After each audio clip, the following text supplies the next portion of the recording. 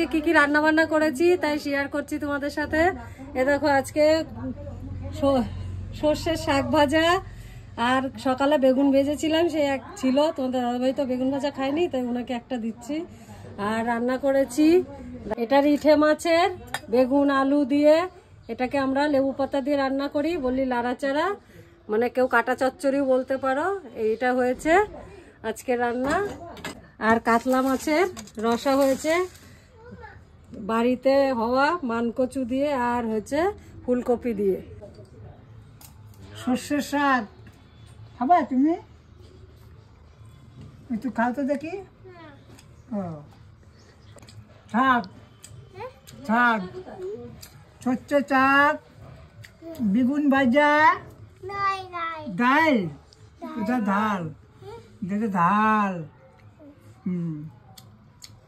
তুমি তো